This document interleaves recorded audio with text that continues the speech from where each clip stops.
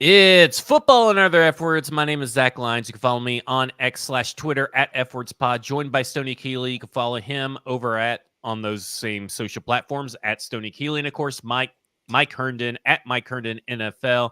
SoBrosNetwork.com, StackingInbox.com, PaulKaharski.com is where you can read all of our work. And of course, we're a part of the 440 Sports Podcast Network, where it's got all your sports needs. And guess what?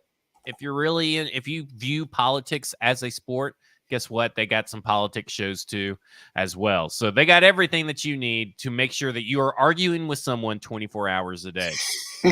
Our sponsor is Bluegrass Beverages in Hendersonville, Tennessee. Been around for 40 years. It's a fantastic liquor store. I go there all the time. They have everything from THC drinks to wine to tequila to non-alcoholic beer. They got it all. Head over to Bluegrass Beverages, join their newsletter group. I think next week we are opening up to the public, maybe even tomorrow, I don't know, the full invite list, or I guess it would be the sign-up list to buy tickets for the draft party that is coming next week. Oh my gosh, I'm so mentally exhausted. I cannot wait for this draft to be over. It'll be great. And then, of course, all next week, me and Stoney will be hanging out, of course, with the Sinkers Bluegrass guys on Thursday and Friday. And then on Saturday, we're going to do the most insane thing possible and be live for the entirety of the day 3. So, because we are masochists. We are idiots, however you want to describe us.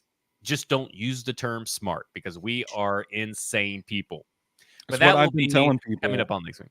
I've been telling people, like, we didn't do all this shit for nothing. I didn't comb through 273 prospects and counting, because even though the draft guide is in the review stages, I'm still watching tape.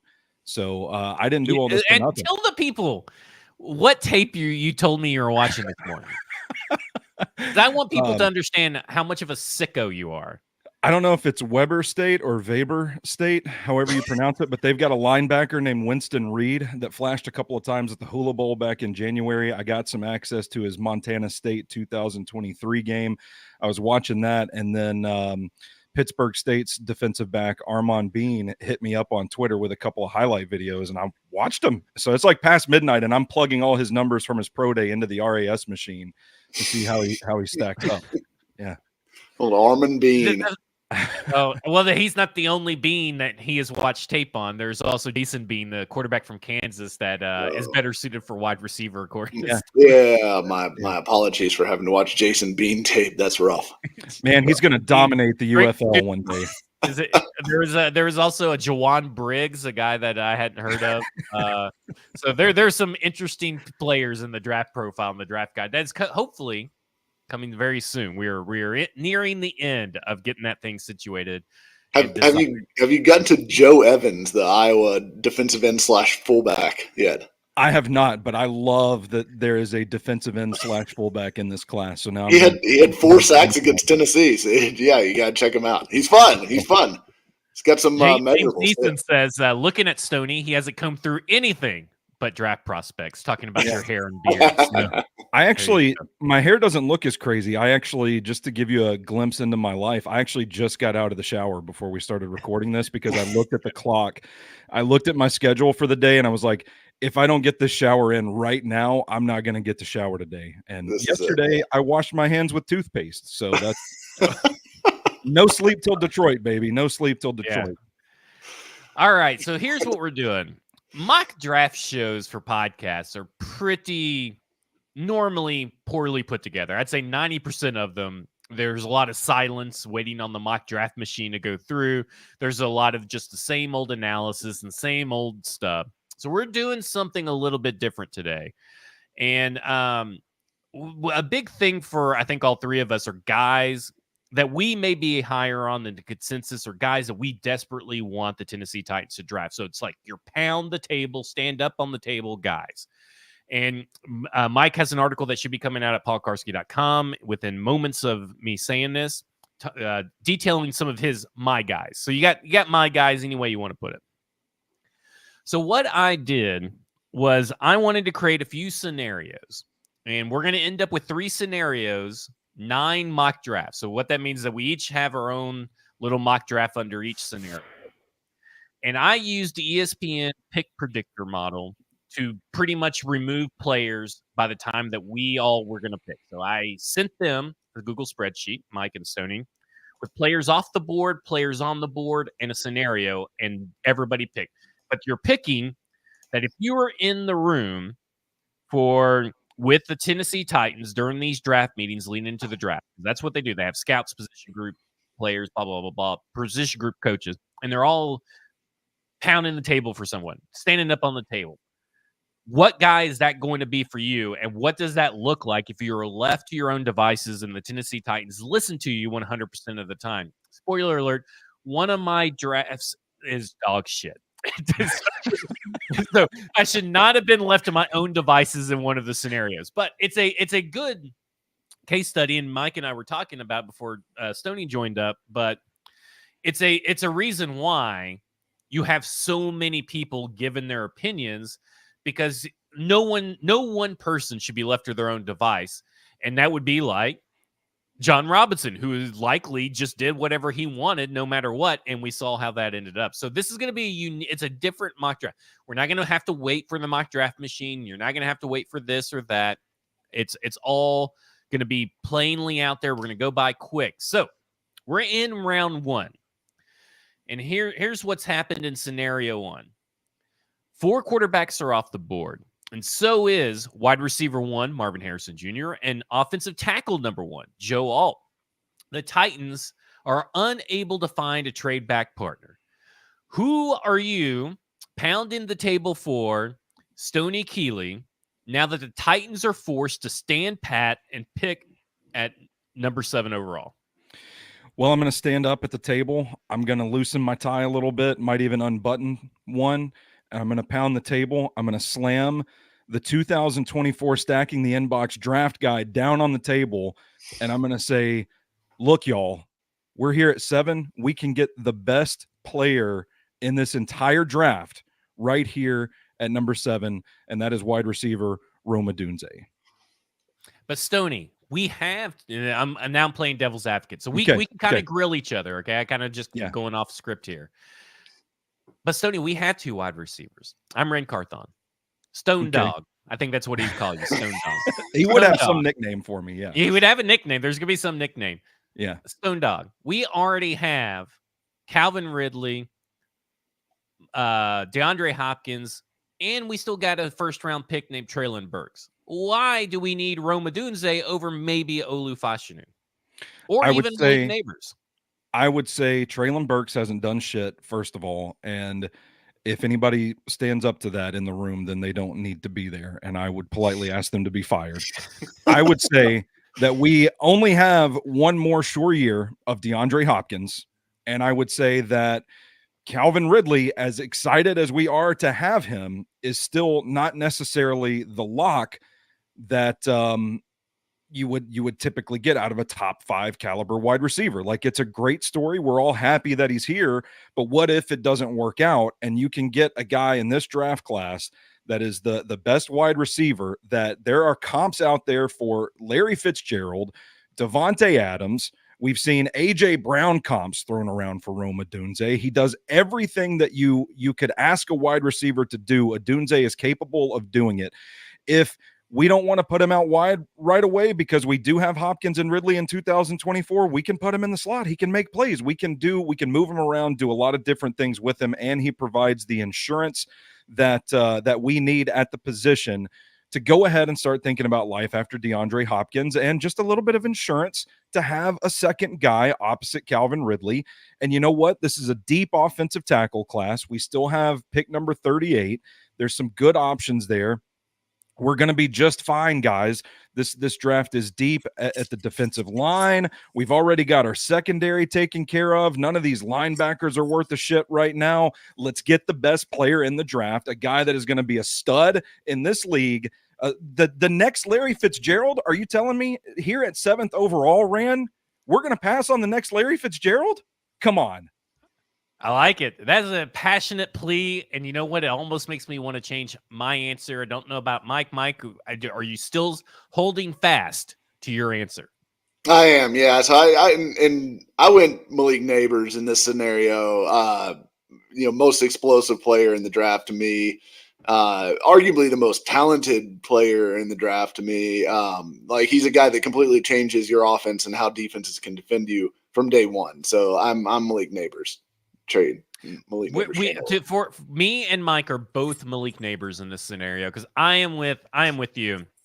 I found it insane that there was a scout, and here we're going to go ahead and talk about Bob McGinn. That there was a scout that said that Malik Neighbors is already topped. He's already topped. He's topped out. There is nothing else that we're ever going to see from Malik Neighbors other than what you saw in the Alabama game or his senior college or his last college year. That man is a moron. And that just goes to show that anybody is a scout. And some of these guys need to get fired. That's what I love about this. Like, I'm thinking, man, these are some dumb scouts. And if I was in the room and I was opposite of Stoney Keeley, Stone Dog, and Rand Carthon was going around taking head count of who agrees or whatever, I would slam both my fists on the table. And I may even grab the guy next to me and slam his fist on the table too, because Malik Neighbors has got all the upside that you could want. And Malik Neighbors is fast. He has a spot right away. He's a starting slot receiver, and he's not a slot only guy, but he gives you everything that you need: explosiveness, yards after catch, tackle breaking, everything that you're looking for. You want a guy, Brian Callen, because he's in the room too. BC, because I'm not calling him Callie. BC, you want a guy that you can rely on, that you can go give your young quarterback an option over the middle that can take that ball and turn it upfield for a touchdown 70 yards. Malik Neighbors is your fucking guy. I don't care about these other fat asshole tackles. It is Malik Neighbors or bust. Joe Alt's gone. That's all right. He's kind of boring white bread bullshit anyway. We're going Malik Neighbors, and it is time that we have just basically almost A.J. Brown with a rocket pack over on crossing routes. That guy is going to go fast, far. He's physically strong. I don't care if he may come to Nashville and he may hit up a couple honky-tonks or whatever. We'll get that boy in line. It is all about some Malik Neighbors, and that's who I would be pounding the table for. I like it, and I think we're all in agreement too on the wide receiver front that yes, you don't pass up an elite talent to just take someone else at a position of bigger need. This is a special draft for wide receivers, and it's a deep draft for wide receivers. But also, these three guys are separated from even a very deep and talented draft class. So I think that tells you like how special those guys at the top are. All right, scenario number 2. Trade. After the Giants selected Malik Neighbors, a quarterback was still on the board. The Titans are able to move back with a quarterback-needy team to pick number 12, which would be the Denver Broncos. No Joe Alt, no Marvin Harrison Jr., and now because you traded, Rome Odunze is gone too. Who are you standing for on the table now with this pick? Now, we all agreed on this, and we all agreed on the offensive lineman, the tackle. So I'm going to tell you who was on the board. Olu Fashanu, Talisi Fuaga, J.C. Latham, Cooper DeJean, Leatu Latu, Jerzon Newton, Johnny Newton, Byron Murphy, Terrion Arnold, Troy Fatanu, Jared Verse, and any other player after that. We all chose Olu Fashanu. Mike, pound the table for Olu Fashanu at 12. All right, so this is one of my favorite draft scenarios, honestly, because to me, and I've been on this train the whole time, if you trade back and you pick up the draft capital that you desperately need, and I think we'll talk about this when we get to the end of the draft, like how the overall classes stack up without a trade back versus with a trade back. If you trade back, I'm like jumping on the table for Olu Fashanu if he's still there, because to me, Joe Alt's very good. I still have him as my tackle 1, but it's like close. Like it's like maybe that much separation between Alt and Fashanu, because Fashanu to me is the better pass blocker of the two. And he's got the best feet in the class. Like to me, this guy is Laramie Tunsil 2.0. And Laramie Tunsil, by the way, a guy that came out of Ole Miss needing some refinement as a run blocker too. So like that can happen at the NFL level. Tunsil's got better at that. And honestly, Tunsil's still not a great run blocker, but it doesn't fucking matter because guess what pays the bills in the NFL? The passing game. And Olu Fashanu is the best at that. His 3.5% pressure rate during his college career is the best out of any on true pass sets is the best out of any tackle in this class, including Joe Alt.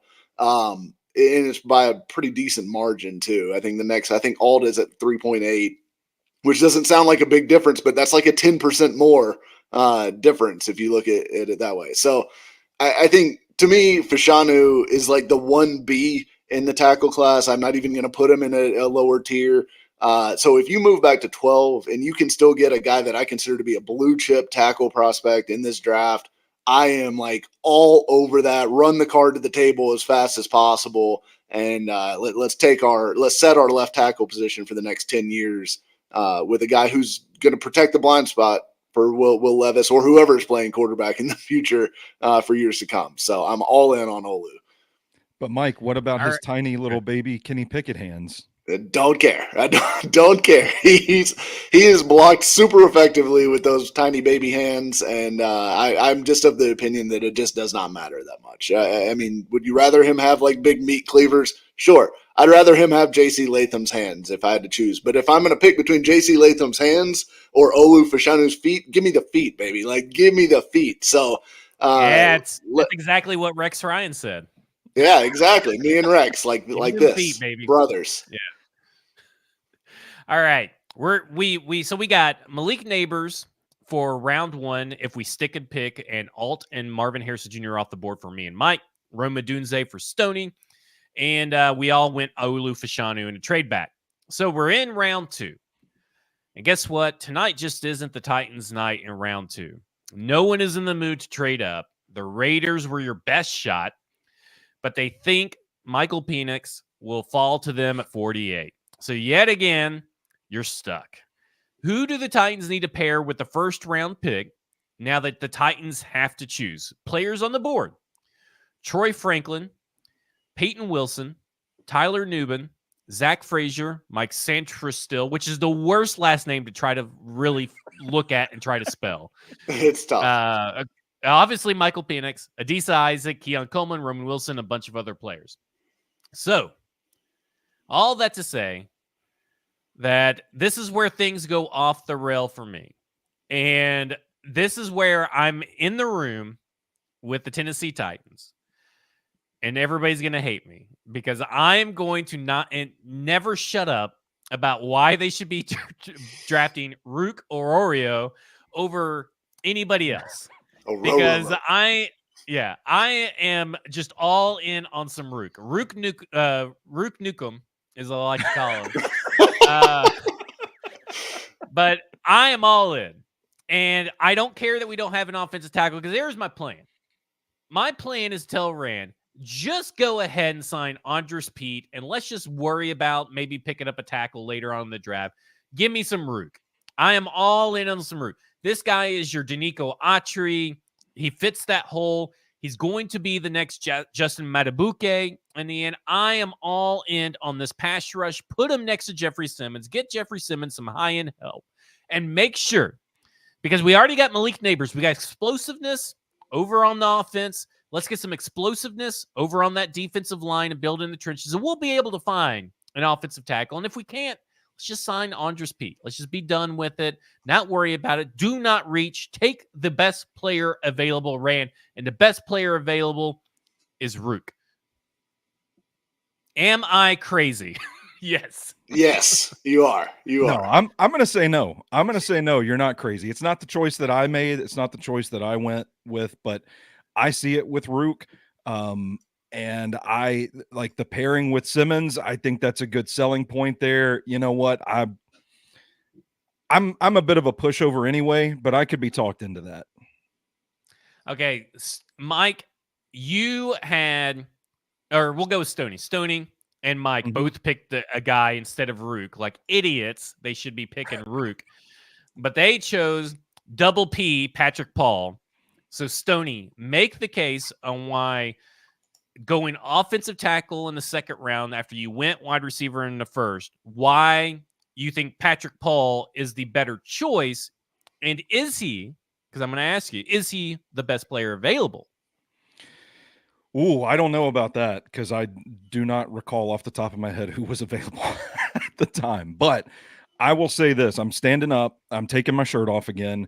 And I'm going to say, big coach, come get behind me on this one, because I feel like that aura around us is going to help influence Rand a little bit. And I'm going to say, you know what? We got the best player in this entire draft in the first round, but we do have to start addressing some need. And that's where the need does influence over the best player available. But I will say I'm not as low on Patrick Paul as everybody else seems to be. And I'm going to point to the guy behind me and I'm going to say, we got big coach. We got a guy in Patrick Paul that has the traits to be a special tackle in the NFL. Hands up. You can't see him because we're three-way this time, but hands up. I acknowledge the tape does not look like a finished product right now, but the traits are there. The size is there. The length is there. I think we're overthinking the run blocking thing. I think he does flash some pretty good potential. If you haven't, go watch the Texas San Antonio game where he seals the edge for a touchdown run on 4th down in the red zone. It's beautiful run blocking stuff. I'm saying, hey, man, this draft class is going to run out of tackles with his caliber of talent by the next time we pick. If we don't take this guy and feed him to big coach and get him in the factory to spit him out in the lab, we're going to be hurting for a left tackle come 2024. Yeah, and I joined you with that pick too, with Patrick Paul. So I'll be standing next to you and Big It's all three of us. We're going to overpower Just Rand. all three of you two, Bill Callahan, nobody's shirt is on. Nobody. There's Vaseline out. Yeah, it's getting weird in there. Looking like a farmer friend from Waterboy, just touching your all's nipples, talking about Patrick Paul. Yes. Length, just yelling length at Rand Carthon. But I would join you in. Look, we're talking about a guy that gave up like 9 total pressures and close to 500 pass blocking snaps last year in Big 12 play. Now, not the best group of pass rushers the Big 12 has ever put out for sure, but I think Patrick Paul showed real steps last year, and I think he's got the length and tools that, like, putting him with a coach like Bill Callahan makes a ton of sense. Also, if I can add, Patrick Paul in a draft class that features a ton of offensive tackles that seem to have a problem setting too far wide and giving up inside lanes. Patrick Paul, I watched him effortlessly just reach out, go gadget arms when those guys try to take the inside lane and just wrap him up and pull him within his core. Like, it's so easy for him to get back there with the athleticism, the length that nobody else in this draft class has. Exactly. Man, it'd be it. You guys would win that argument if we were all in the war room. By the way, I would get toasted. But what's gonna be interesting, Mike, and we're gonna start with you. So we traded back in the first, and everybody picked Olu Fashanu. The Tennessee Titans listened to us. We all three have different prospects in this round. Stoney has Rook Nukem at this point because he has Olu Fashanu. So we've heard about Rook. Mike, you go straight in and take Marshawn Nealon, Western Michigan defensive lineman, at pick 38. Now, listen, he's ranked really high on a lot of people's big boards, right around that 32, 33 mark. I think even including Stoney's, he's ranked that high. Marshawn Nealon, make the case for Marshawn Nealon. Yeah, so the case for Marshawn Nealon is the tools, the play attitude are all there. Like, he is an explosive athlete at 6'3", 267 pounds. He has super long arms, 34.5-inch arms for a guy playing on the edge. That's an elite number there. And he's an explosive dude. Like, he's got power pop in his hands that jump off the tape as soon as you turn it on. The production, as far as sacks are concerned, not quite there. Like, he only had 4.5 sacks last season, and I think 3 of them came in one game against Eastern Michigan. But the pressure rate is there. Like, so pass rush win rate, those kind of advanced metrics that look at, is a guy actually winning? This is the same argument for Chop Robinson, by the way, right? Like, is he actually winning the pass rush? Yes, I'd say Marshawn Nealon, Chop Robinson both are producing more pressure than what they're getting credit for if you just look at their sack totals. But to me, Nealon is a guy whose best football is ahead of him. I love the like glass eating mentality that he plays with, high energy. I mean, he's going to step on the field, and if you're the Titans specifically, you've got a couple of situational edge guys, or a situational edge guy in Arden Key who can pass rush, right? You've got Harold Landry who can do a little bit of everything for you. What you don't have is that glass eating edge guy who can sit there and set an edge on rundowns and then also give you a push in the pocket on pass rush downs. And to me, Nealon can give you that and rush on the inside if you wanted him to. He could kind of be your Danico Autry replacement, even if he is a little bit lighter and a little bit different body style, but he's got the length and some of that pop in his hands that Danico had that made him so effective. So to me, perfect fit for the Titans specifically, and I'm 100% in on him at 38. Although I don't know that I think he'll actually be there. All right. I'm a little bit different from you guys. We got Olu Fashanu, and I'm going wide receiver because the Tennessee Titans, like Stone Dog told Rand earlier in our meetings, that if you believe in Treylon Burks, you deserve to get fired and you should lose your job. And I'm not making that mistake. My job's on the line. And I am making probably the best pick you can make at 38 if you're looking for a wide receiver, because I am taking Ricky Pearsall. He is a guy that has highlight catch after highlight catch after highlight catch. It doesn't matter if it's off target, on target, low, high, to the side. Does not matter. You throw it in his area, he's catching that damn ball. He's got speed for days. He is a faster Cooper Kupp coming out of college. A faster Cooper Kupp, and I'm stealing that from a line from someone else. But what I like most about Pretty Ricky is that if you're going to press him, he's probably going to make you pay with the speed off the line. He's going to get away from you. You play man, I don't think there's a slot corner in the league that can really probably go stride for stride with him across the field or down the field or whatever. I also don't think that Pearsall is a slot-only corner. He's a guy that you can split time outside, inside. Maybe he's a Z. He's never going to be an X, a wide receiver 1, and maybe he's a wide receiver 2. But I am all in on Ricky Pearsall. You've seen Adam Thielen is a guy that people will comp him to, but I don't think that's fair. I don't really have a comp for Ricky Pearsall because I think that he's he's someone I've been talking about and that I talked myself out of. And then I'm back in, because when I was watching Anthony Richardson tape last year, you're just like, man, if only Anthony Richardson was any good at quarterback, Ricky Pearsall would be a fantastic. And then this motherfucker has to turn around and play with Quinn, or what's his name, Manhurts or something. Graham Mertz.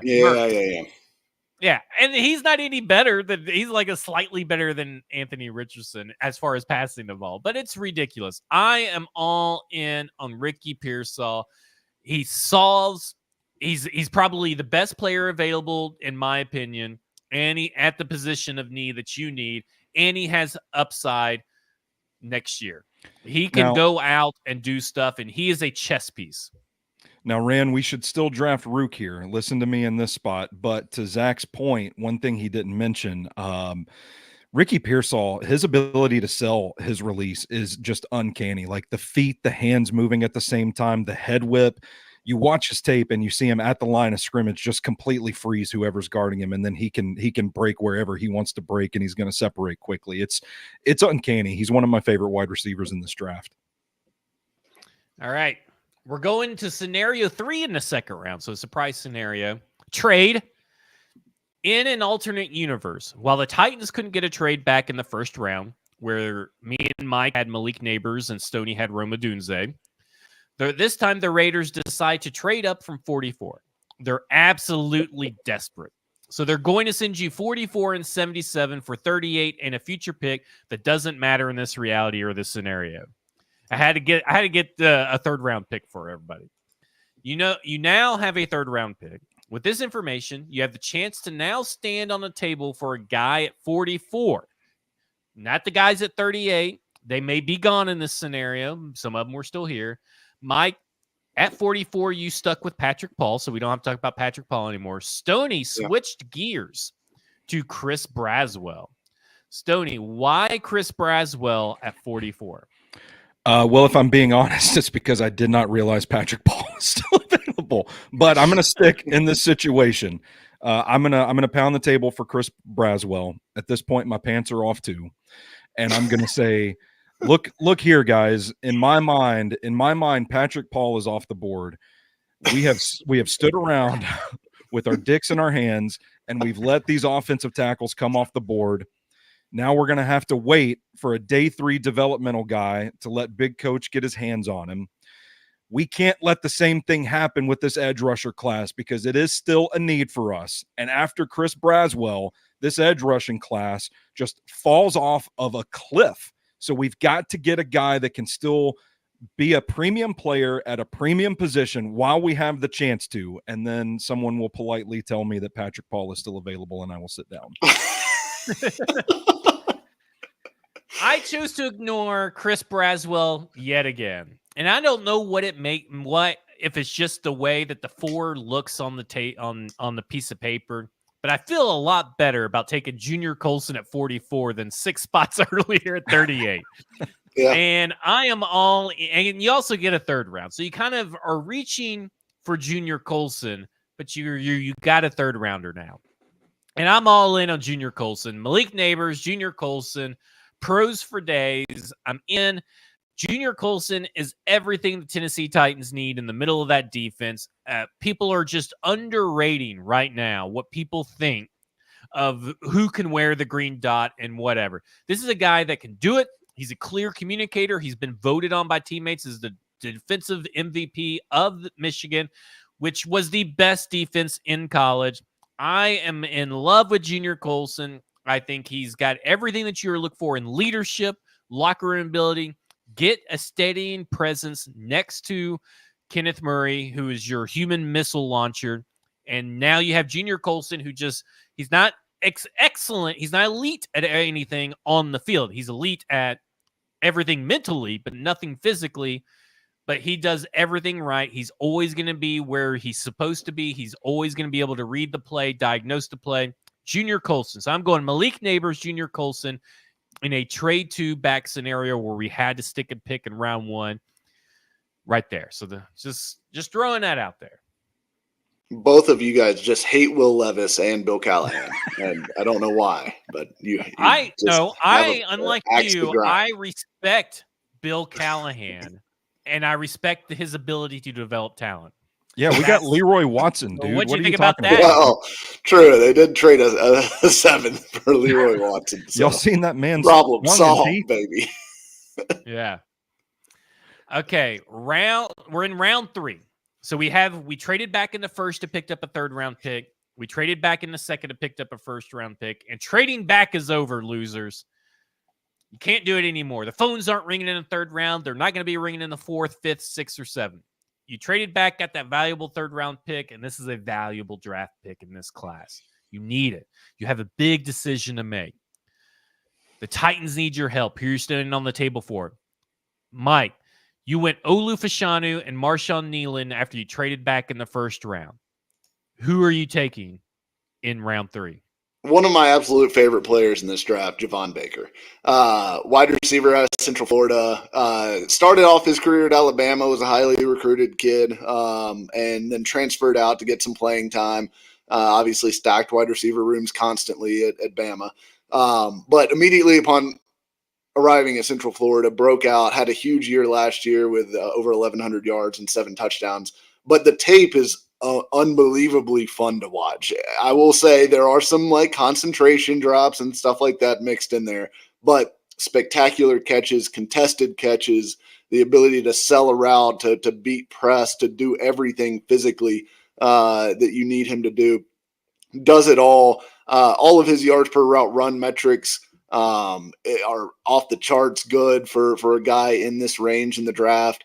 And he led, or maybe he's either 1st or 2nd in all of FBS college football with 20.7 yards per reception. So big time deep threat, big time playmaker down the field. I love guys that show just elite body control at the wide receiver position. Like that's the one thing that I'm like non-negotiable on for any wide receiver. And Baker has that. Like he checks that box clearly on tape. So I'm all in on Javon Baker in this range. Don't care what he ran. Don't care, anything else. Just give me the guy with these kind of traits and this kind of production at wherever we were at, pick 76 or something like that. That's a steal. Yeah. Stoney, you of course went Olu Fashanu. You pounded the table for Rook, but it sounds like you lost that fight and you're wanting to change your answer to Patrick Paul. Wait a minute. Is that the right scenario? I think that was the Chris Braswell. No, Chris you're Braswell. Still Olu and Rook. Okay, Rook Newcomb. Mm-hmm. But you and I went Olu and Ricky Pearsall. You and I are going to be teaming up against Mike to talk more about Junior Colson. You already got your shirt off, got your pants off. Are you taking another article clothing off for Junior Colson, or are you going to wait till later? No, because I feel like Junior Colson has a pretty compelling case in his own right. I mean, this is a piece that you can add to this defense, and I think he has the ability to wear the green dot and be the franchise linebacker for years to come with this organization. He's that athletic, rangy, and I think we've got the pick. We've got Rook. We've got our left tackle spot locked down at this point. Let's continue to completely rebuild this defense and get cornerstone type pieces for the next decade. Love it. All right. So when we stick and pick in round 1 and we traded back in round 2, through the first 2 rounds, I ended up with Malik Neighbors, Junior Colson, Mike, Malik Neighbors, Patrick Paul, Stoney, Rome Odunze, Chris Braswell. You two went Junior Colson. We've heard enough about Junior Colson. But I did it. I finally pulled the trigger on an offensive tackle, and I'm going Brandon Coleman. Ooh. I think Brandon Coleman is one of the most underrated offensive tackles in this class. What I like most is that he's athletic, he's big, he's physical, and he has really good production, even considering that he played all year long through an ankle injury. So he's tough. So even when he played really, really well, or he was playing through an injury, so the ceiling is still there, but he's got the perfect size. He's like a 100% size guy. He's got the athleticism. And I trust that if you give this guy who is determined, smart, has grit, heart, strength, size, athleticism, and talent to Bill Callahan, you're talking, he may not be a Pro Bowler, he may not be an All-Pro, but he will be in that top 15, top 13, 10 discussion for offensive tackles. And he's a guy that can play left tackle. He also has some left guard ability if some other stuff happens along the line. But he is a guy that basically everything you like about Peter Skoronski, think about a meaner, tougher, longer version of Peter Skoronski.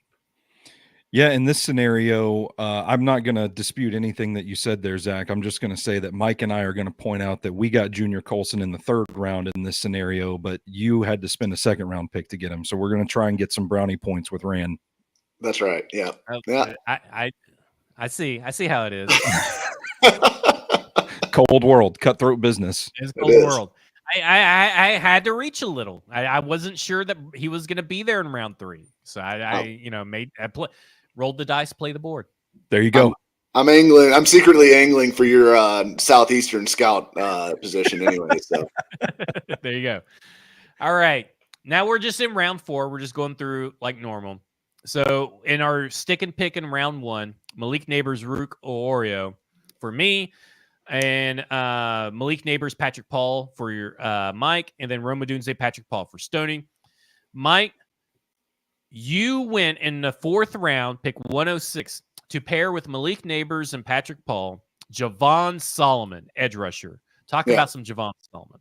Yeah, so this is one of the most interesting guys in the draft to me because, like, the production is enough to just grab your attention, right? Like, he has 2 double-digit sack seasons in his career, one coming a couple years ago in producing 11 sacks as a sophomore, I believe it was, and then his senior year, his last year at Troy, just absolutely went off, producing 17 sacks, I believe it was, or 16 sacks and 18 tackles for loss. So over the course of his career, put up 32 and a half sacks, 49 and a half tackles for loss. Tackles for loss numbers are really predictive when it comes to edge rushers as pass rushers in the NFL. It's one of those stats where it's like sacks don't necessarily beget sacks. Tackles for loss beget sacks somehow. So this is just one of those things that's how it tracks. But Solomon has elite production metrics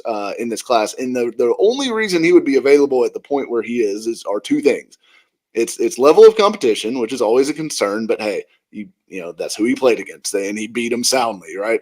And then the other thing is that he's only like 6 foot tall, like he's like 6'1".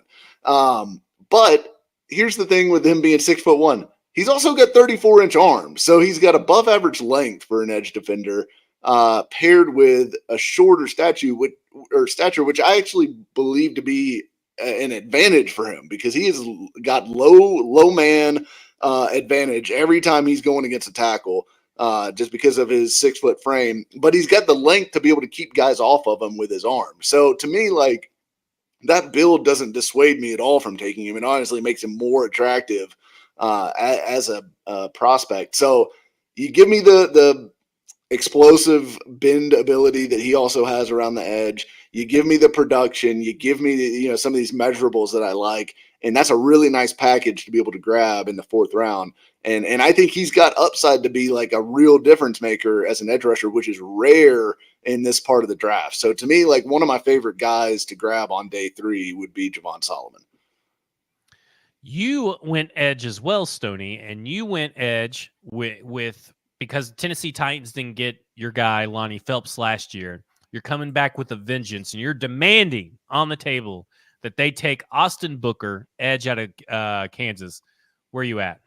Well, now this is where I'm going to turn on Mike because I'm going to say, hey, if you want an edge rusher that has a little more length, that isn't so tiny like a baby, you go with Austin Booker. And yes, there might be some consistency issues on tape, but if you watched him at the Senior Bowl practices, I think he had a really fascinating toolkit that maybe didn't necessarily show up on the tape at all times. Really good cross swipe, really good long arm. We're getting to the point of the draft where, like I said, with the Chris Braswell scenario, like if we don't get one of these few guys that really has the toolkit and the traits, this class is about to fall off a cliff in a hurry. It's a need for us. We need to add a guy to the rotation. Austin Booker can do a little bit of everything. He looks pretty imposing on the line, unlike Javon Solomon, who has toddler legs. I'm just kidding. I like Javon Solomon, by the way, but he is built. It's awesome. Like he's 6'1", and I think his arms are 5 feet long. So I'm going with Austin Booker just because I think he's a little more polished from a pass rush toolkit standpoint. Well, I too went edge, so I'm ignoring the offensive tackle position because we got Andres Pete's agent on the phone, and we're finishing up that deal as we speak. And I am going because I too do not like baby leg Solomon, but I am going with Jalix Hunt because you know what? Me and Coach Mack throughout this war room situation have been sneaking off together and drinking some whiskey, so we're pretty 3 sheets to the wind right now. Me and Coach Mack. And I know that I got Coach Mack's backing. I'm going in there and saying, listen, Coach Mack loves him. I love him. It's Jalix Hunt. You got to get the kid from He is a pterodactyl coming to steal your lunch every chance that he gets. He's got a chip on his shoulder. He's got a good head on his shoulder. And this is a guy that, yes, the level of competition is suspect, but he is a guy that you can mold into the pass rusher that you want. Now, I'm going to look at Ben Bloom. Look at his goofy looking ass, and I'm gonna say, "Hey Ben, come join me and Coach Mack. We'll get you a little bit of this 4 roses that we're hitting, and if you support me, we'll get this done. And we're gonna get you one of the best outside linebackers, most underrated prospects that the Tennessee Titans have met with. And so I'm going with Jalix Hunt. Does Coach Mack have his shirt off too? No, we haven't gotten to that point yet. Okay. Okay. I don't. We'll have to keep his shirt on for right now. Gotcha. So that ends with Malik Neighbors, Rook, and Jalix Hunt for me in a stick and pick. We never trade. Mike got Malik, Patrick Paul, Javon Solomon, and Stoney has Roma Dunze, Patrick Paul, Austin Booker. Now we're going to our trade back first scenario, and that is Olu Fashanu for all three of us. Then I went Ricky Pearsall, Mike Marshawn Nealon, Stoney Ruko Oreo. Me and Stoney went Junior Colson. Mike went Javon Baker. And then I am sticking with Jalix Hunt. In fact, all three scenarios, I am taking Jalix Hunt because Jalix Hunt is my favorite edge rusher outside of Rook in this class. And really, Rook's kind of like more of a defensive lineman anyway. Mike went with, he's got Olu Fashanu, Marshawn Nealon, Javon Baker, and he went off the rails on this one, in my opinion. This is a reach. And you thought I was looking crazy for recommending Rook in the second round with no offensive tackle. This man has decided to go with a tight end. Mike, defend yourself on Ben Sinnott. Okay, Ben Sinnott. All right, so let me tell you first, Rand, I'm not a crazy person. I'm not this scout from Bob McGinn's article that has Ben Sinnott as tight end one over Brock Bowers. I'm not a full-on nut job, okay? But I do believe in drafting athletes at tight end, especially late in the draft. There are some other guys that I like later on, but if I have my choice here in the fourth round, I really like Ben Sinnott. He's 6'4", he's 250. He can play in line for you because he's a good blocker. He tries, he gives a shit, and he does that for you. But he's also an athlete. He has a 97th percentile vertical leap for tight ends, 94th percentile broad jump, 96th percentile three cone. This dude is an athlete at 6'4", 250, and he gives you also some production. He had over 600 yards receiving last year for Kansas State. He can play fullback. He can play tight end. He can be your H-back. He can be your inline guy. He can do it all. He rounds out that room really well, and I think he's got enough missed tackles in the bag. He's not like a Sam Laporta quite in that regard. There's other guys that I think maybe have fit that mold better, but I really like Ben Sinnott as a middle round tight end who's going to be a 10-year NFL player and probably a starter for most of those 10 years. So give me that guy here in the fourth round. With my here's where I'm at. Stoney, are you convinced that with guys like Xavier Thomas, Marshawn Lloyd, Jalix Hunt, Kyrie Jackson, Austin Booker, Renardo Green, Malik Washington, Javon Solomon, Eric All, Dadrian Taylor Demerson, Michael Pratt? Well, Michael Pratt's quarterback, but excluding Michael Pratt, are you convinced by that Ben Sinnott is the guy? No, I'm actually going to ask Mike to be taken out of the room in handcuffs for that one. There you go. Well, I'm not going to – you mentioned Eric All. Eric All is coming off of back surgery. We've already done this game before. Talk about that. Hey, that's PFF. That's PFF's rankings. That's not my Get out of here with Eric All. Good Lord. Stoney, this was a hard one for me because if I hadn't taken Ricky Pearsall or Malik Neighbors, this is the guy that I'm taking. And you have Olu Fashanu, Ruko Oreo, Junior Colson. Tell the people and pound the table why you selected Malik Washington, wide receiver. Oh man, it's easy to do. I feel like I'm cooking in this particular scenario, by the way. And I am telling Rand we're just about to turn the heat up because I'm going to go back to last year's draft coverage and I'm going to say, hey, you know what? There was one guy last year pounding the table that said Puka Nacua could be a wide receiver one. And I'm going to say, Rand, that man was me. And Rand, yes, by the way, I am taking credit as the only guy that saw something in Puka Nacua. I'm going to say, Rand, that guy was me. And I think if you want this year's Puka Nacua that has that dog in him, we're going to go get Malik Washington out of Virginia. And you know what? We're going to put him in the slot, and we're going to pair him up with Calvin Ridley and DeAndre Hopkins. And this guy's going to go out there and do a little bit of everything. He can shoulder an entire offense like we saw him do for the Cavaliers with a bunch of other receivers that didn't know how to catch the football and a quarterback that threw the ball 15 yards out of his catch radius, and he still made plays. He's an experienced, polished guy. He's fast. He's quick. He's physical. He runs hard. He's going to come in here, and he's going to do a lot of the dirty work that it takes to make plays, and he is going to give us one of the best receiving cores in the entire universe. I love it. You didn't mention his Zay Flowers, and I really thought you were going to mention some Zay Flowers love right there. I'm going to say Rand Carthon and them wanted some Zay Flowers. So, yeah, I think you really missed on your opportunity to really push that over the edge. He's got whiffs of like non-injured Rondell Moore for me. Okay. Oh, that's a good one.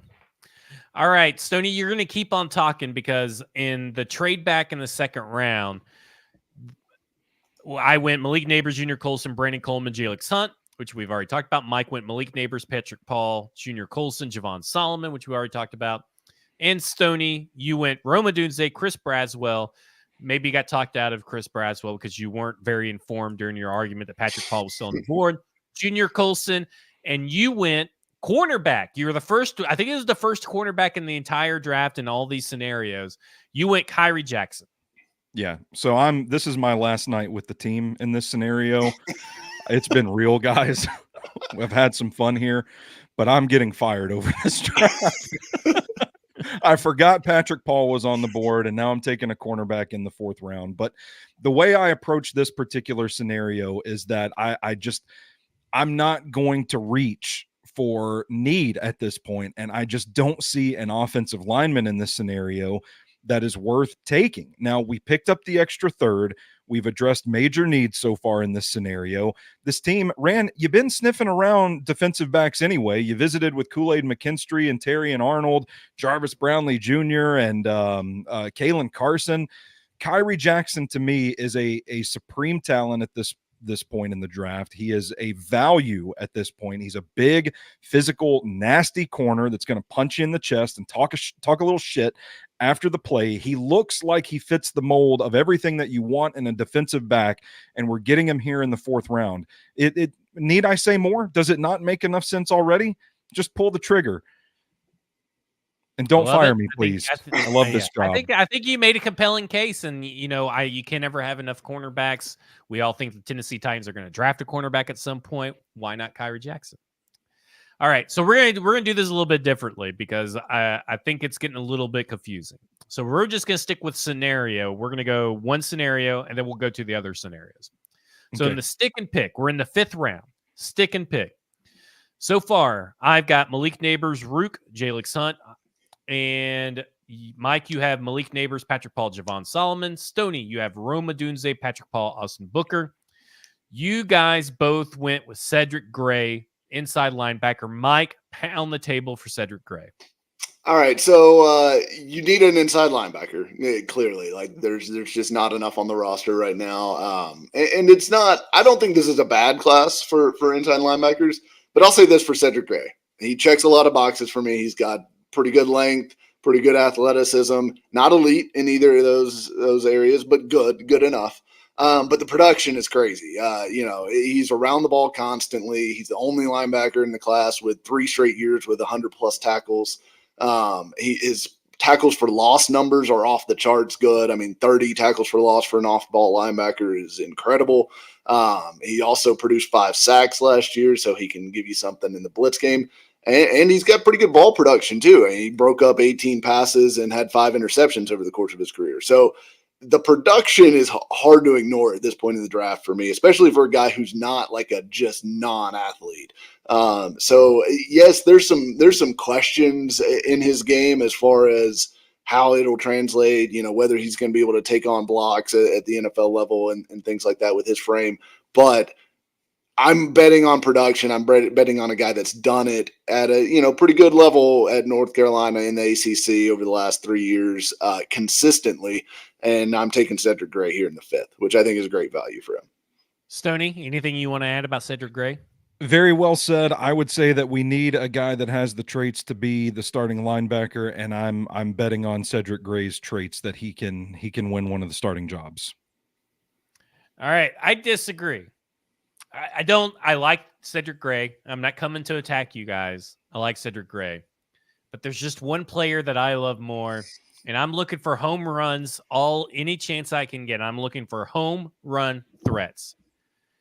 And it's Isaac Guerendo time. And I don't care that the Tennessee Titans have 2 running backs. They need a different kind of running back, and I think that guy is Isaac Guerendo. Super athletic, check.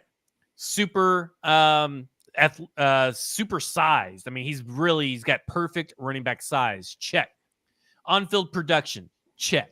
Home run threat. Check. He is everything that you need, and he can also be a guy at the goal line as well that you can split out wide. Your running back room is set. right?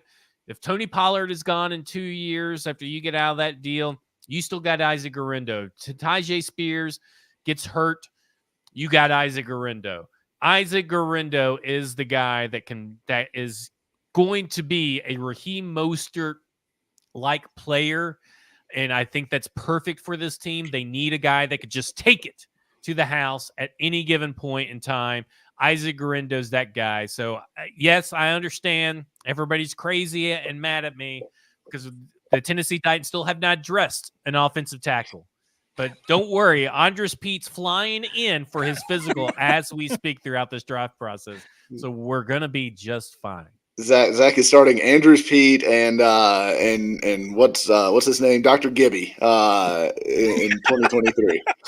2024. Yeah. I got plenty. Listen, I like the linebacker class on day 3 the most. And I got plans at day 3. We're just going to see how the board falls. I may not get what I want, but we're going to see how the board falls, and we're going to get there. We're moving to round 6 in the same scenario. I just got done talking about Andres Pete. He's flying in for a physical, so we need a guy that can go in just in case. Andres Pete, who does have an injury history, can't go the full season. But don't worry.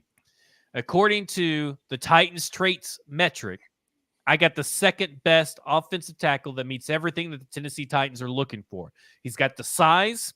He's got one of the best production metrics out there out of all the offensive tackles, and that's Josiah Ezram. Josiah Ezram is my pick right here. I think he's a tackle that could be molded. He's got everything that you want.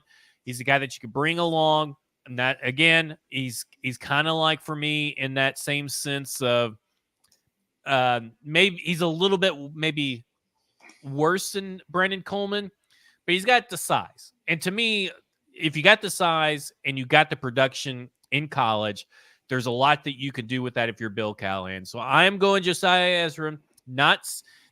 He's a better version of Jalen Duncan, in my opinion, in the sense that this is a 6th-round left tackle pick, but he is actually good at playing left tackle. And that's no knock on Jalen Duncan. He wasn't coached very well, but I really do think, as far as prospect tape goes, Josiah Ezram's got the better tape. You put him as the backup to Andres Pete. You let him learn. Hopefully he doesn't have to play, trial by fire. And then next year, you got something cooking with Josiah Ezram, because I respect Bill Callahan. Respect him so much, you give him shit to work with. That's it. Mike, you are going into your tight end phase here lately. So you are going with Tip Ryman after selecting Cedric Gray in the 5th round. You're going Tip Ryman. Defend yourself on more tight end talk in this close together. Well, again, I mean, Brian Callahan said they need more tight ends, right? They have really 2 tight ends, realistically. And I do think they need more. At this point in the draft, I'm really just looking for, like, guys who I think could pop at the NFL level in some role. And it doesn't have to be the most flashy role. It just needs to be a role. And to me, Tip Ryman checks, like, every box that I want in a tight end on day 3. He's 6'5", 271 pounds. He's massive, dude. He is one of the best blockers in the class from an inline standpoint. And as an NFL scout told Dane Brugler in The Beast, his give a shit factor is off the charts. So sign me up for the ultra athletic 6'5", 270 pound dude who blocks his ass off and has a huge give a shit factor. I'm all about that in round 5. As I'm trying to find somebody who can pop and play a role for me. Because, look, Chig Okonkwo is a move tight end. Josh Wiley, they want him to get bigger and maybe play some in line, I think. But he hasn't proven that he can do it. I know Tip Ryman, if I take him and put him in there, he's going to go block his ass off for me next year. And I can take some of that load off of Chig and Josh Wiley and let Wiley run the seams and let Chig do all the screen stuff and all the gadget stuff that he does so well. Give me a guy like Tip Ryman who has athleticism to do more as a receiver than he was asked to do at Illinois, and also brings other things to the table. Give me him in the 5th. I'm all about that value. Are you earlier? You wanted him better. We're in the 6th round here.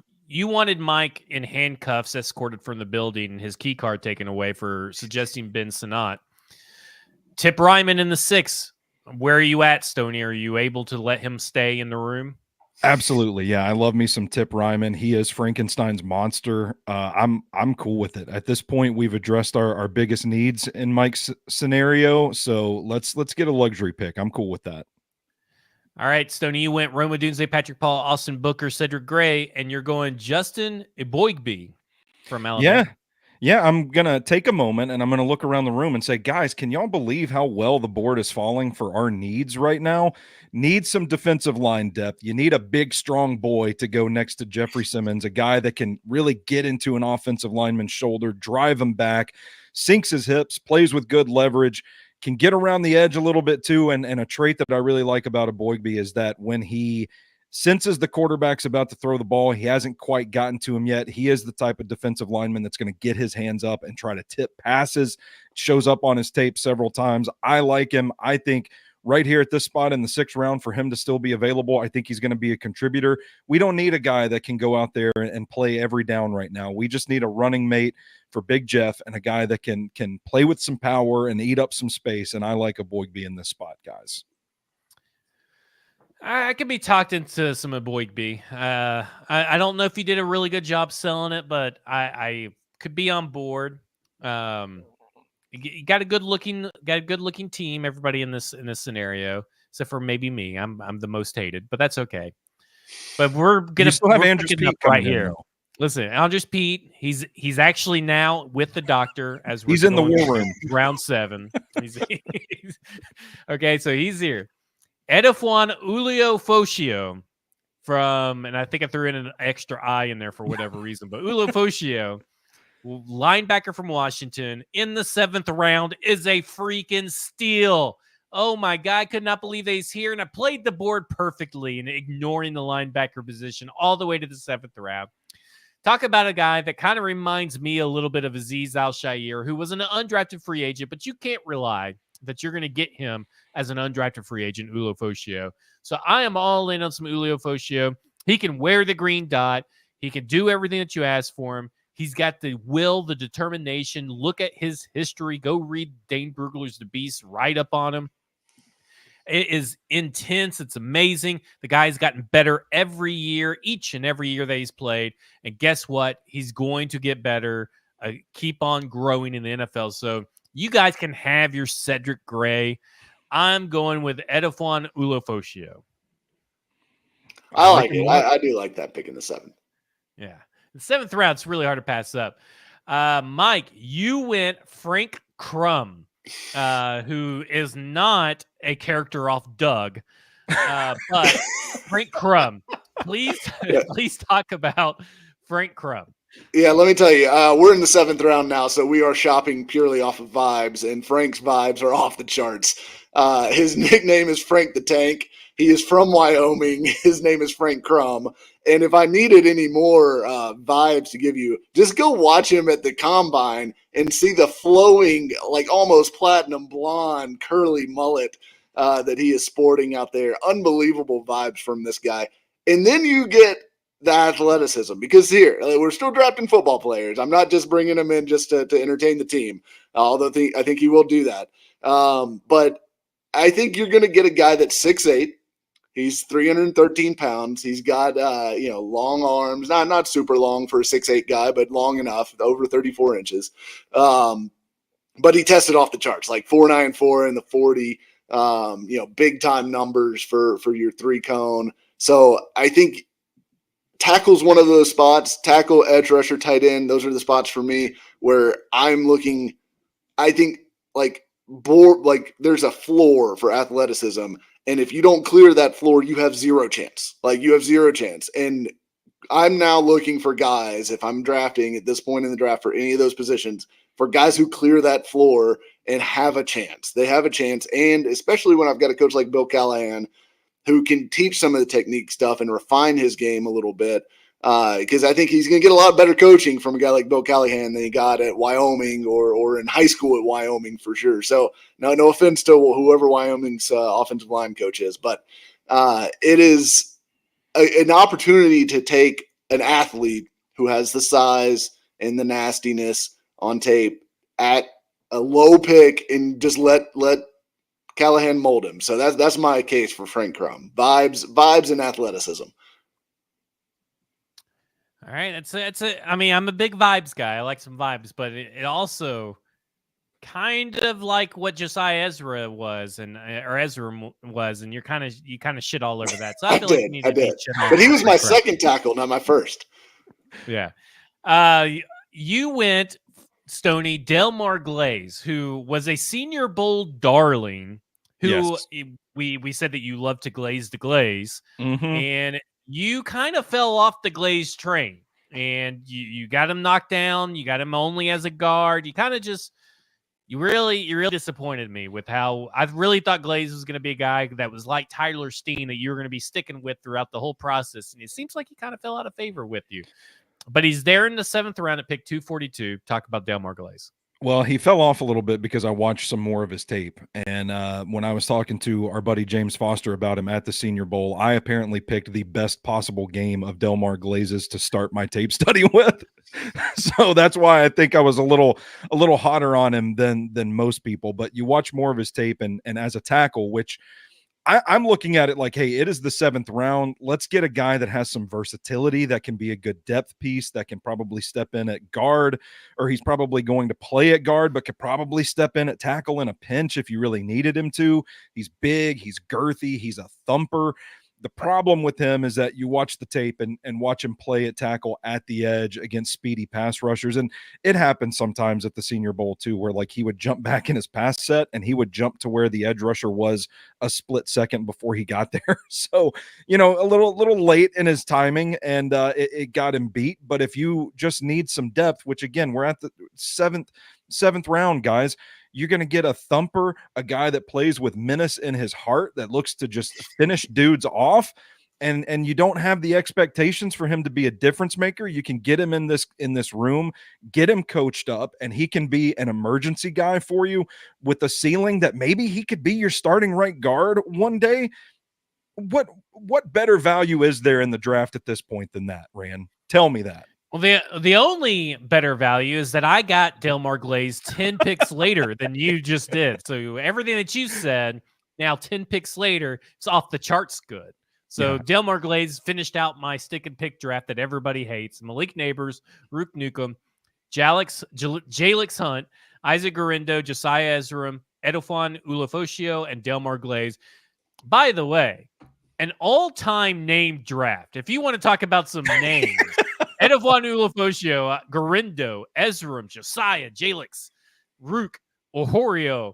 I mean, that's an all-time name draft right there. So we got them, and Andres Pete is now in my living room. He's going to stay with me for a couple of days. So we have Andres Pete here in Tennessee as well. Mike, you went Malik Neighbors, Patrick Paul, Javon Solomon, Cedric Gray, Tip Ryman, Frank Crum, and now you're going with some dude named Joshua Carty, who I assume, because I've never I don't know who that is, has to be a kicker. Yeah, so first, let me say your name draft would absolutely destroy Nashville radio stations for the next 5 years.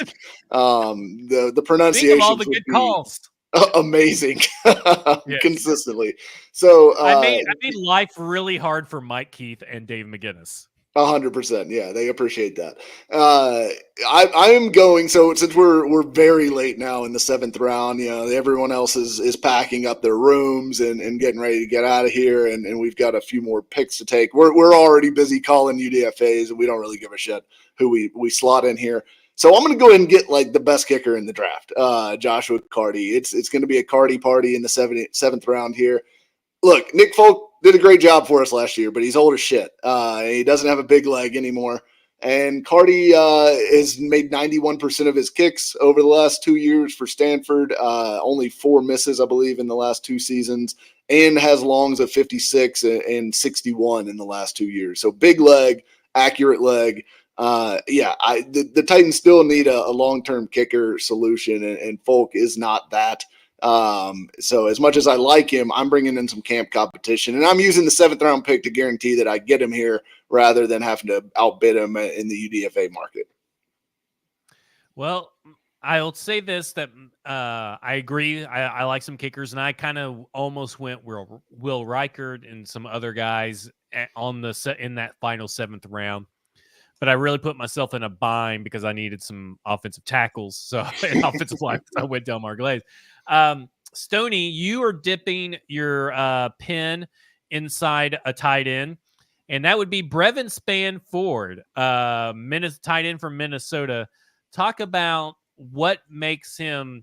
You're now in the tight end waters here. Why Brevin Spanford?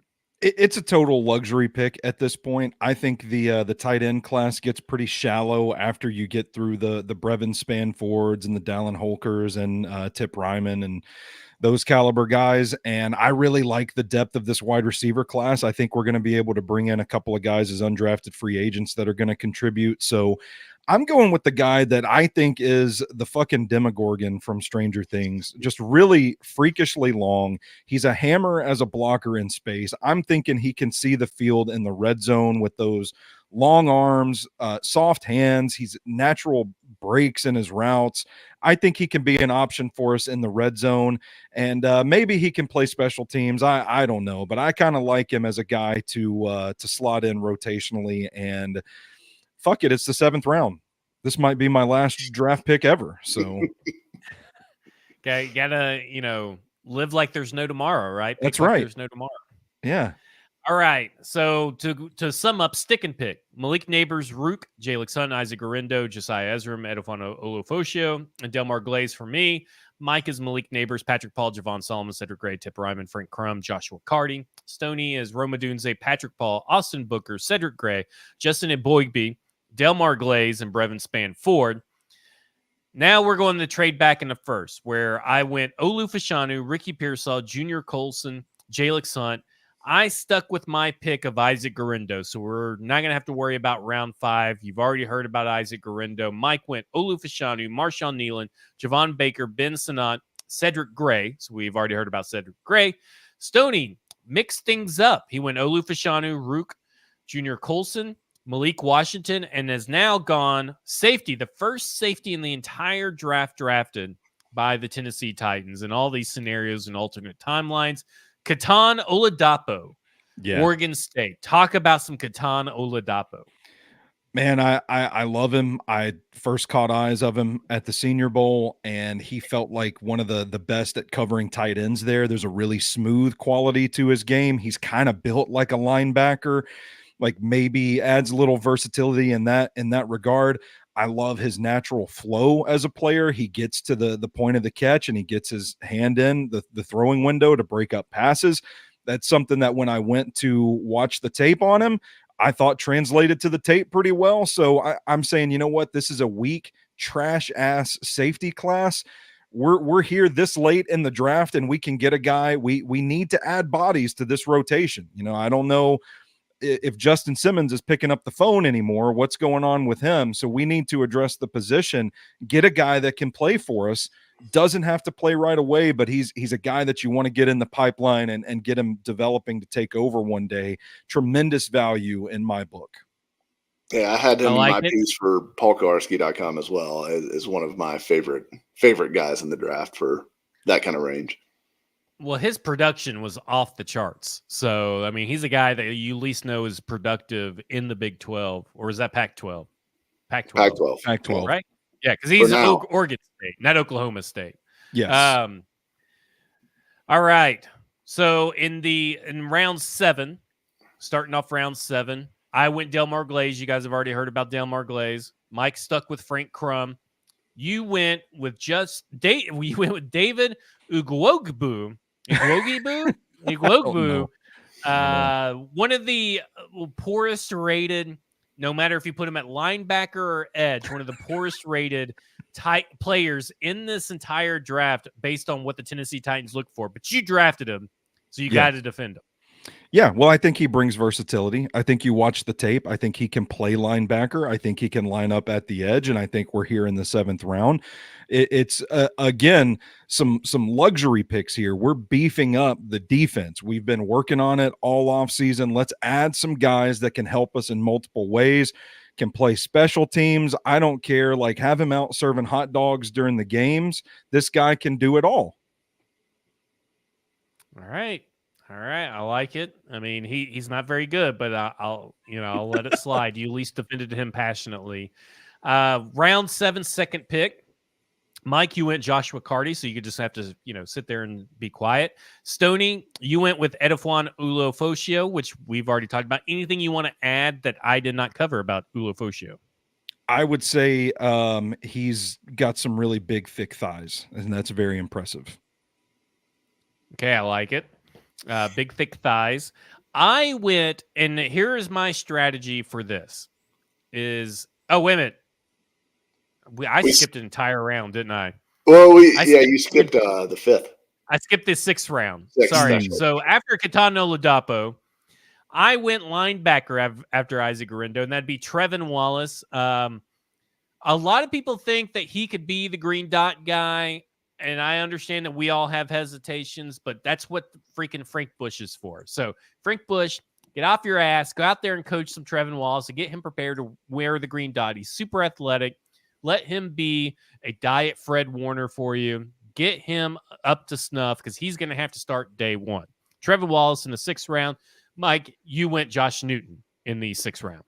Yeah, despite me watching the Texas receivers absolutely cook him in their matchup this past year, Newton to me is interesting at this point in the draft just because I think he does have really good feet. I think he's athletic enough, good enough from a size standpoint. And the 2022 tape for him was significantly better than what he showed last year. So I'm betting, I mean, it's a little bit of a diet, Kalen King play here where you're hoping that maybe the 2022 stuff comes back. But I don't mind that here in the 6th round because I think there are some skills and like a skill set to work with here for him. So I'm not crazy about it, to be honest. I'm not selling this very well for Rand, but I'm throwing a dart here on a corner with some decent feet. Stoney, sell the people. I went Isaac Guerendo just an hour or a round earlier. Now you're in here. You're wanting a running back, and you're going for Kamani Vidal. Yeah, splash playmaker, really decisive runner, good acceleration, good natural routes as a pass catcher, good natural hands as a pass catcher, can run a good route. He's an all-around playmaker. You want guys that can do a little bit of everything in this backfield. I think he pairs nicely with Tony Pollard and Tyjae Spears, and it's going to just give you a stable of really electric, dynamic running backs. All right, let's finish this this trade back in the first scenario. I'm going with Al Blades Jr. The Tennessee Titans recently showed some interest in him. I turned on the tape. I really liked what I saw, and he's got interest from other teams. And sometimes in the 7th round, if you know of a player that is a UDFA that is getting interest from other teams, sometimes you have to take the chance.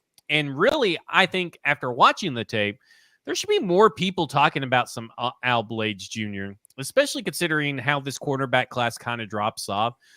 Kind of like Cam Hart, there's times where if a receiver gets a step on him, he's never going to recover if it's a straight line shot. But if it's a shot where kind of like Renardo Green, where if it's a curl or a comeback route, he can close in and tackle, but he bites on those a little bit.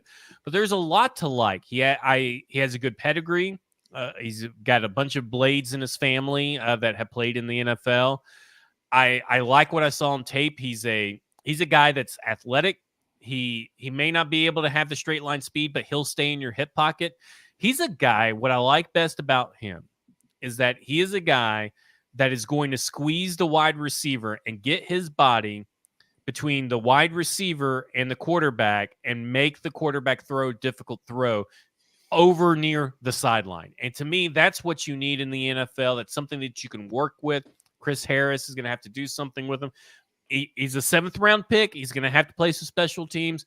But if you get to the point, this is a guy that you start on the outside instead of having to put Roger McCreary on the outside and try to keep him in there, maybe do a little rotation with Al Blades and someone else to keep Roger McCreary in the slot. a guy that you could bring up. Al Blades Jr. 7th round. You could do a lot worse in the 7th round.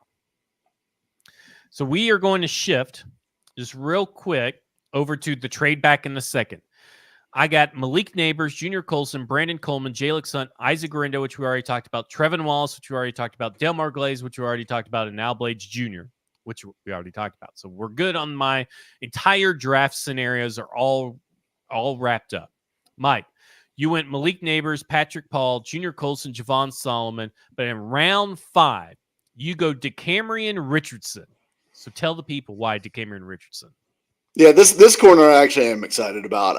So DeCamerion Richardson, big time size, speed profile, 6'2", 188 is what he measured in, and then he ran a 4.34. So the physical raw skill set is like clearly there, and it shows up on tape as well.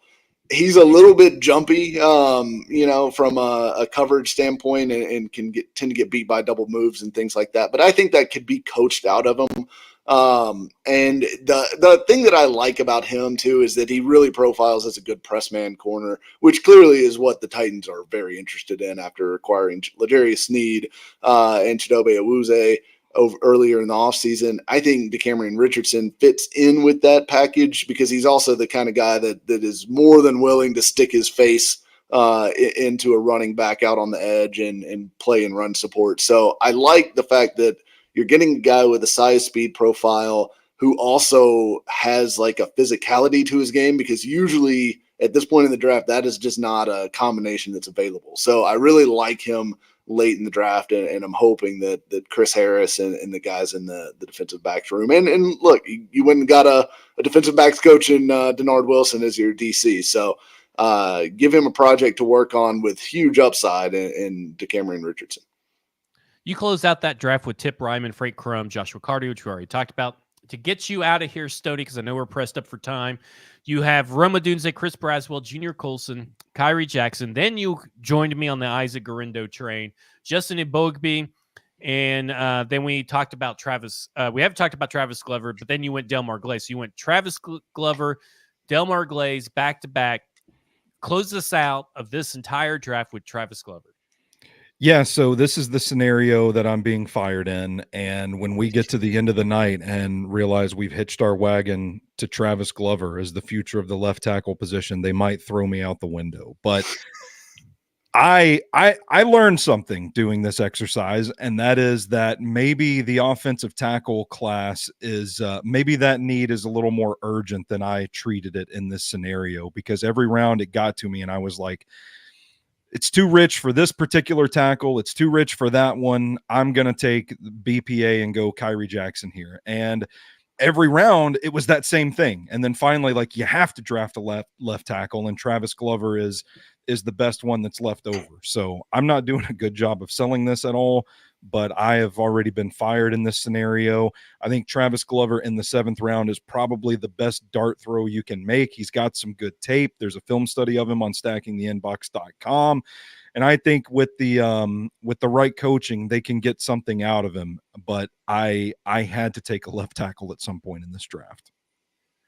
Well, that will do it for us. I'll post up our results up on Twitter, and I'm not going to put a vote out there because I don't want to see Mike running away with it like he runs away with every poll, because nobody can ever be mean or say anything bad about Mike. That's the golden rule of Titans Twitter. They all have to love and worship at the feet of Mike.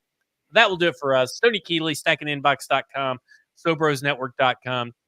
Big day for SoBros Network yesterday as the premier site to get all of your Applebee's information, as Applebee's was the official bar and grill of the NFL. So big props to you for being years ahead of the NFL and everybody else on the phenomenon that is Applebee's and its Michelin star restaurants. I don't know if you guys can see this, but up on my my wall up there is a signed card from the manager of the Nashville Applebee's. So y'all think this is a bit? I really live this shit. I love Applebee's. Mike Herndon, NFL, podkarski.com. You can read all about more of his My Guys that maybe we did not get to cover because they were gone in these draft scenarios over at podkarski.com. Tomorrow, I have no clue yet what I'm writing about for Paul. So I got to figure that out today in this next like 10 minutes. Got to figure that out. But I will also be on Robbie and Rex Road tomorrow to spread some anti-alt propaganda, probably. By anti-alt, I mean, oh, he's a 9.43 and Olu Fashanu's a 9.4. That kind of anti-alt propaganda.